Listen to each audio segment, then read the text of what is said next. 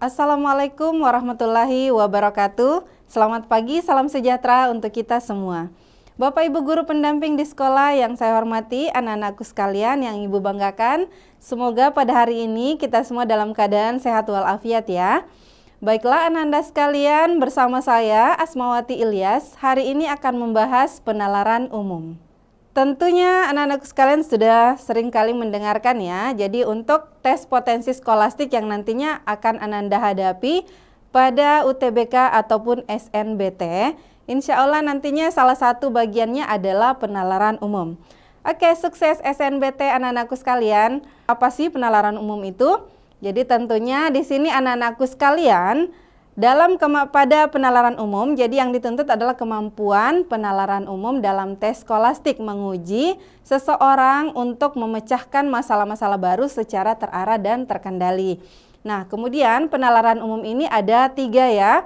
Ada penalaran induktif, ada penalaran deduktif, dan ada penalaran kuantitatif.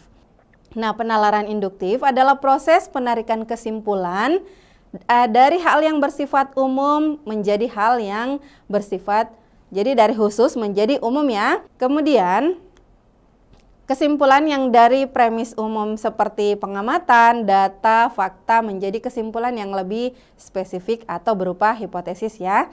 Oke, baik anak-anakku sekalian, supaya lebih jelas lagi, nah kita akan membahas contoh soal ya.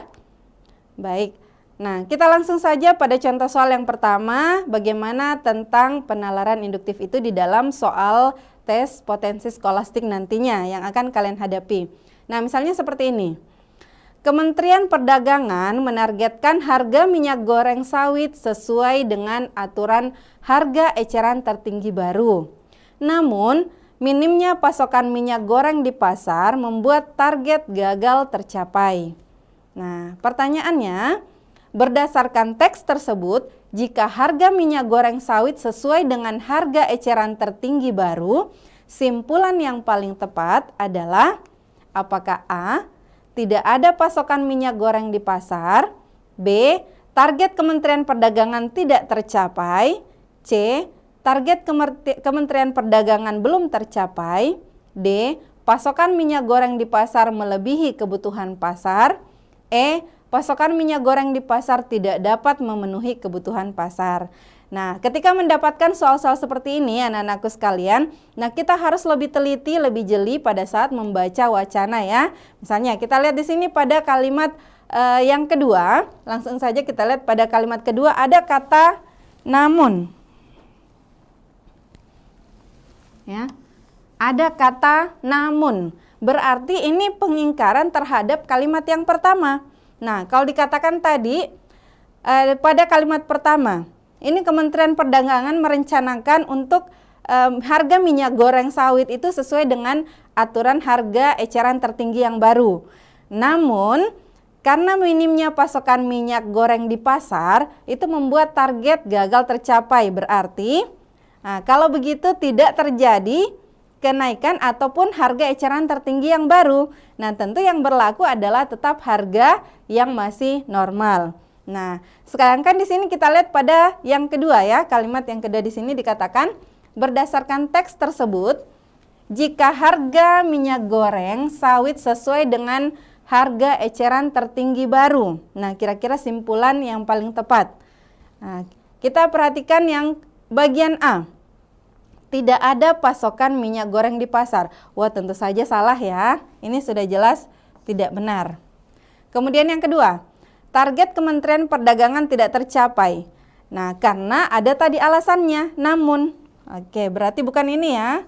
Bukan ini yang dimaksudkan sebagai simpulan, karena terdapat pada kalimat tersebut tadi. Oke, kemudian yang ketiga, target Kementerian Perdagangan belum tercapai. Nah, juga bukan itu yang dimaksudkan. Nah, kita lihat yang bagian D dan E.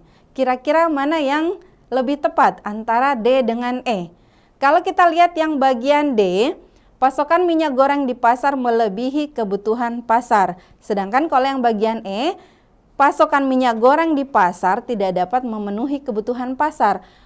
Tapi kalau kita mengatakan tidak dapat memenuhi kebutuhan pasar, sementara dikatakan tadi pada kalimatnya bahwa ada, hanya minimnya ya.